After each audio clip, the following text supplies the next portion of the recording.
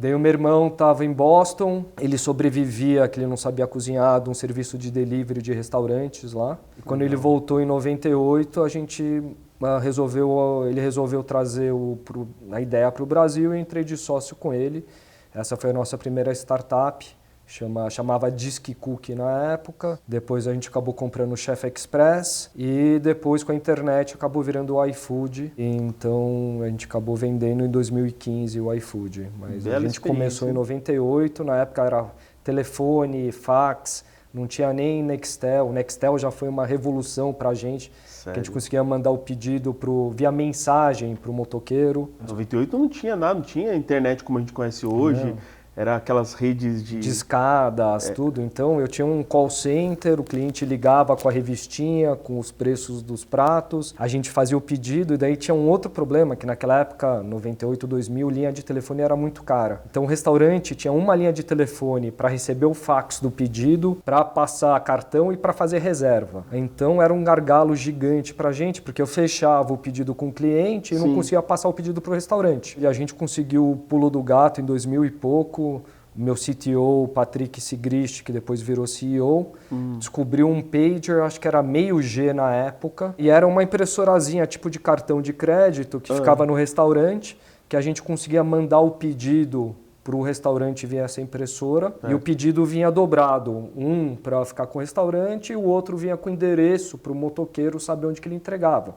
Naquela época não tinha Google Maps, a gente mandava o motoqueiro para o restaurante, sei lá, vai para o La Vecchia Cucina, fica esperando o pedido tal, ele ficava sentado na rua com o guia 4 rodas procurando o endereço do cliente e daí quando ele acabava tinha um número para que outro restaurante que ele tinha que ir. Daí começou a vir internet, a gente fez uns testes com SMS no começo e a gente viu que tinha um grande potencial, que a riqueza estava nos dados e não na entrega em si, que era uma dor de cabeça. A gente chegou a ter 5 mil motoboys fazendo entrega pra gente, uma mão de obra não muito especializada e complicada. Então a gente viu que só o custo de imprimir e enviar as revistas era caríssimo. Então com a internet a gente conseguiu deixar os cardápios digitais.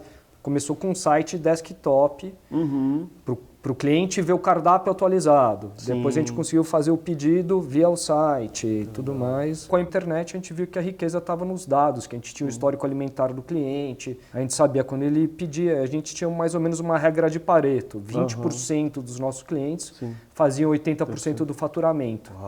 Então a gente tinha aquele heavy user que pedia almoço e jantar com a gente todo dia e a gente focou no tomador de pedido em vez de fazer a entrega física, que era mais dor de cabeça, e daí a gente conseguiu expandir.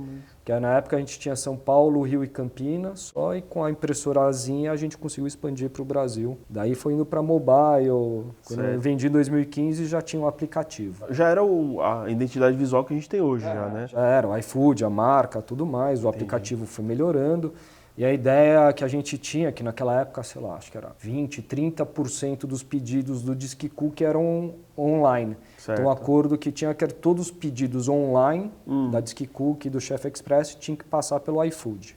Entendi. Daí foi migrando e hoje... migrou tudo já, migrou hoje tem uma base só, né? Sim, é só digital. Uau. Então o iFood acho que nasceu em 2010, 2011... E a gente acabou vendendo em 2015. Cara, que legal. Quem teve a ideia do nome? Foi, acho que o Patrick que teve ideia, a gente chamava Disque Cookie. Vocês lembram, por exemplo, do primeiro pedido, tipo, o MVP, lançar o produto no mercado? Sim. Lembra do primeiro dia, assim, como é que foi? Deu muito problema, tipo, eu tive que entregar já entreguei muito pedido. E daí era complicado contratar carteira assinada, dava moto pro motoqueiro, daí roubava a moto. No começo a moto era nossa. Certo. E daí que a gente aprendeu que o motoqueiro rouba-se CG, que nem um absurdo no São Paulo.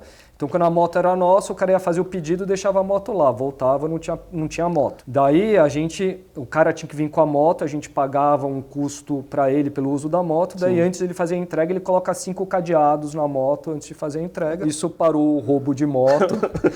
Mas depois tinha um custo alto de contratação via CLT. Depois a gente começou a trabalhar com cooperativa. E cooperativa é uma coisa complicada. E daí, o recorde de pedidos foi aquela vez lá que o PCC mandou fechar todos os comércios, tudo mais. E foi uma loucura de pedidos.